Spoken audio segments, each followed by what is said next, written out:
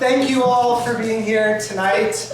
My name is Scott Lambertese. I'm a local Bellingham author and host of action fiction. And tonight is a very special and momentous evening for two reasons. Not just one, but two reasons. The first is that this is the first real full action fiction event for Bellingham. We did a little preview last weekend at the Chuck and Nut Writers Conference, which was great, but this is the full one on a stage with a full lineup. Action fiction is a series that me and a couple of folks used to run in San Francisco, the Bay Area, for many years, but that was like a decade ago.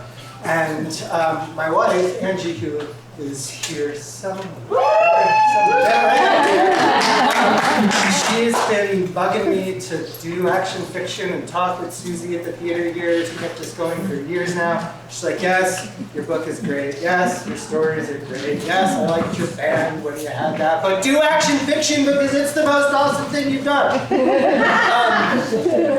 Before the hands. Before the hands! So I finally relented, and I'm so excited that all of the actors and writers in the theaters are here to show you what action fiction is all about. So action fiction is, we believe in the basic premise that great writing should come alive on stage and come alive. And you know, let's admit it, writers are not always the best readers of their work at times. There's some laughs, okay. But in the hands of performers, you get some extra blood in them. And what we do is we match up the stories with the performers, and then our hands are off. Nice use of There's no direction. Thank you for that. There's no directing. I noticed it's a little uncomfortable for some of the performers. You're like, wait a minute. There's no rehearsals. There's no stage direction. You're like, nope. Whatever you want to do with it is what you do with it. So that chaos, that uncertainty, that risk is part of the fun here. I don't know what the show is going to be like any more than you know what the show is going to be like, so we're all in this together. So thank you to Suzie and the theater for having us.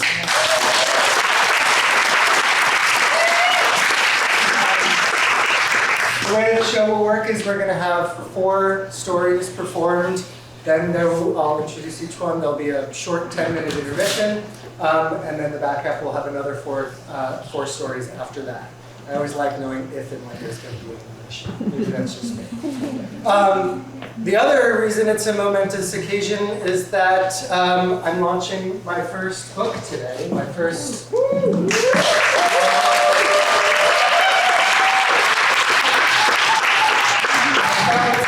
the world. I've been writing for many years, published short stories over the years in a number of journals, but this is the first time that an actual novel, St. Delphi is Dead, is actually out, published and championed by someone and available for anybody else to read. So that's super exciting to me.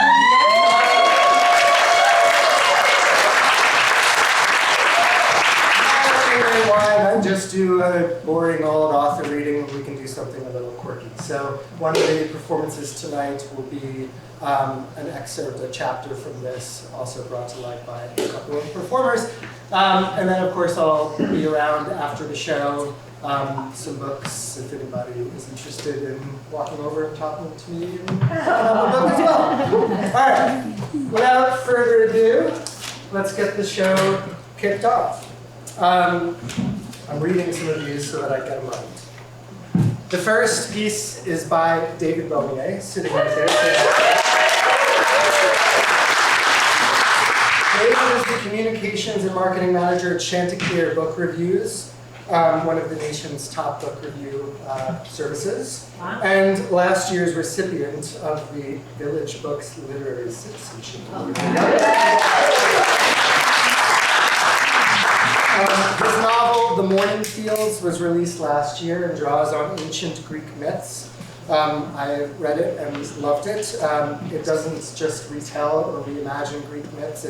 It shows how these myths are still alive today in our struggles, through our desires, our traumas, our self-deception. It's a wonderful book. And David is an amazing dancer, I'm told. David's story Sisyphus Cafe from the Morning Fields is being performed by Rob Slater, Suzie Mackay, and Adaryn Mackay.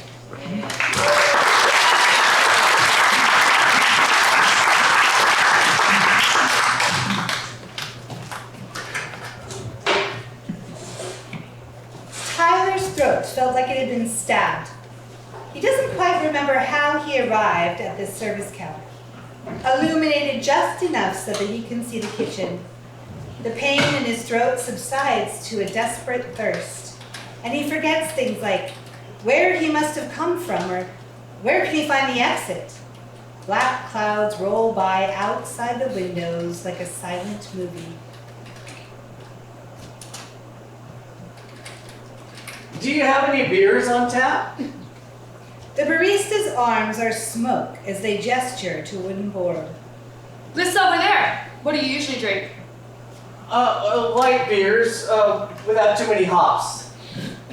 Tyler plays with the strings on his hoodie, pulling them back and forth. He doesn't remember putting this on when he woke up, but he likes the navy blue comfort of the sweater. Swallowing, his throat sticks. He can't wait for a drink. Lightest is probably our Hells. It's like a lager. I'll go with that then. He releases the hoodie strings to grab his wallet. Where the barista's face should be probably looks like a smile, but Tyler still doesn't feel focused enough to try and recognize any features.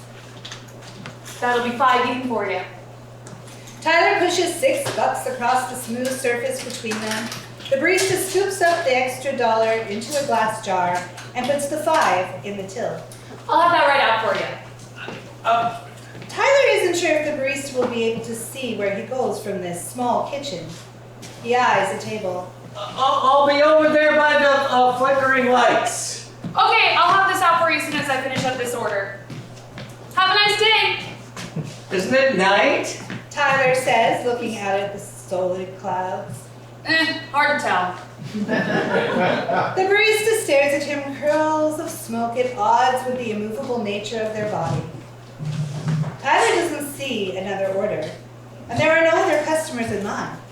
Fresh sandwiches and a steaming pot of soup are visible, but far be it from him to tell someone in food service how to do their job. There's a water station, but a little out of order sign sends him past it.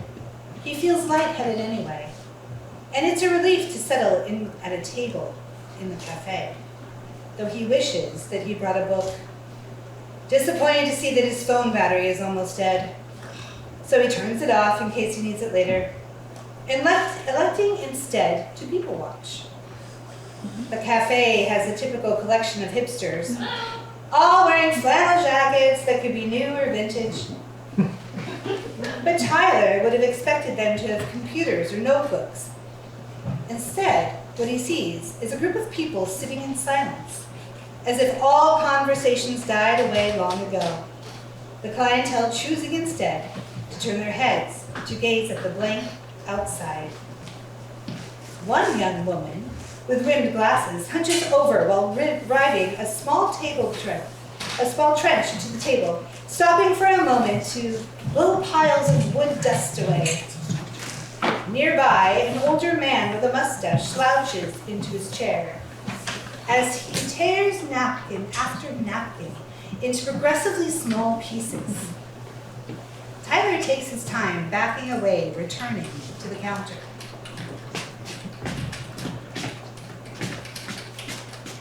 What can I get for you? Tyler blinks. Was the barista a shapeless smoke when they took his order? Staring would be rude, but the smoke thing really throws him off. Do you need a minute? I just wanted to check on my Hells.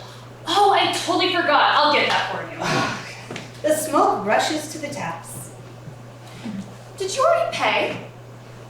Yes, I did. The barista turns away from the taps and picks up the order slips jammed on a spike. I think I must have forgotten to finish the credit card transaction. I don't have a receipt. Tyler resists the urge to snap about how they could have just gotten him his beer right away. I paid cash.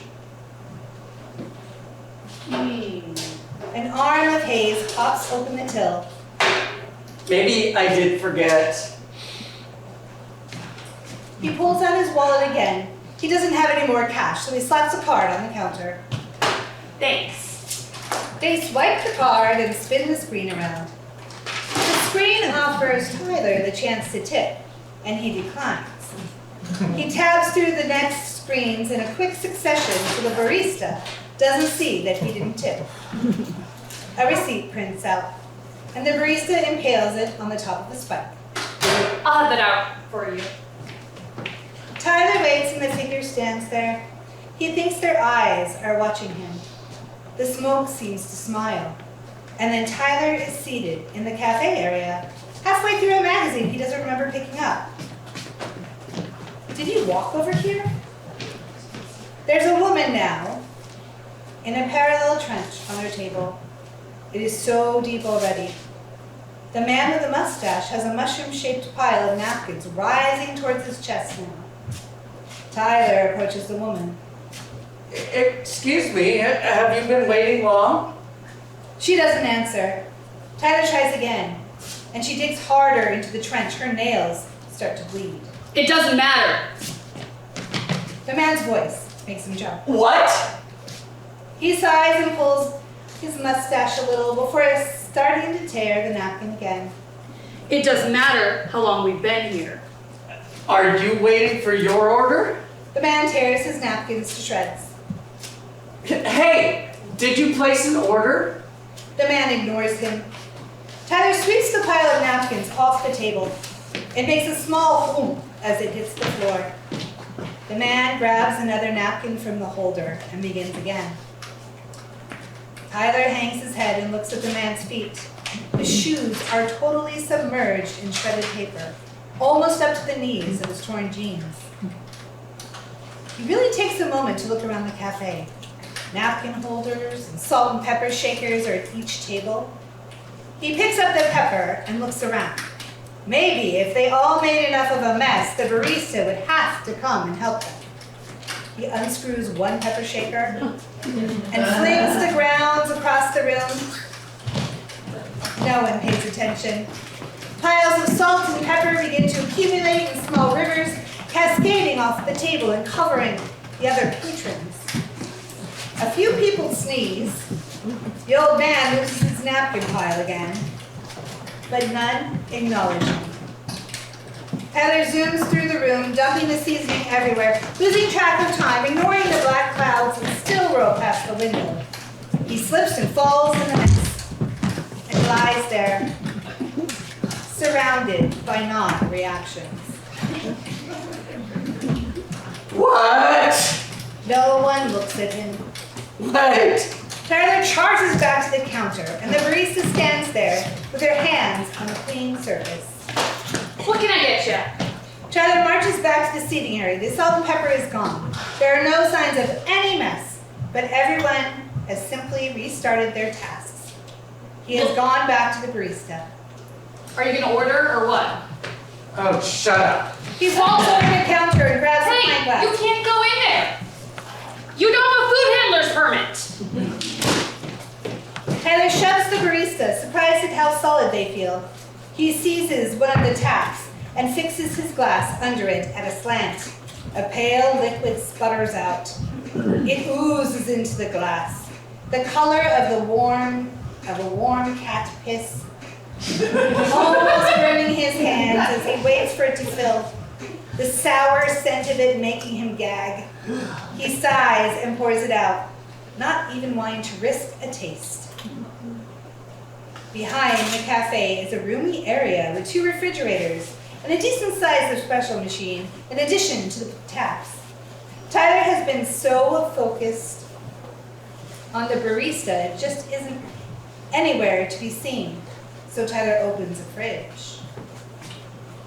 It's full of pre-made sandwiches. The sandwiches he saw earlier on the counter now sport a thick layer of mold.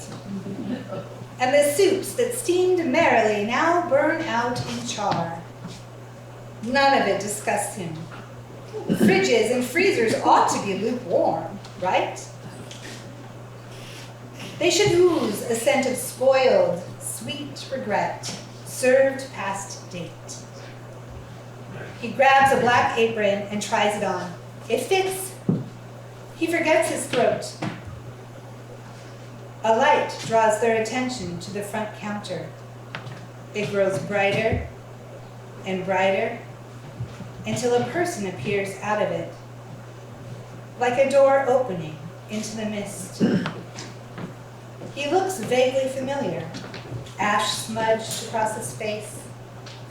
Tyler puts their hands on the counter, curious at how they seem to have turned to smoke. What'll it be? What'll it be? They ask.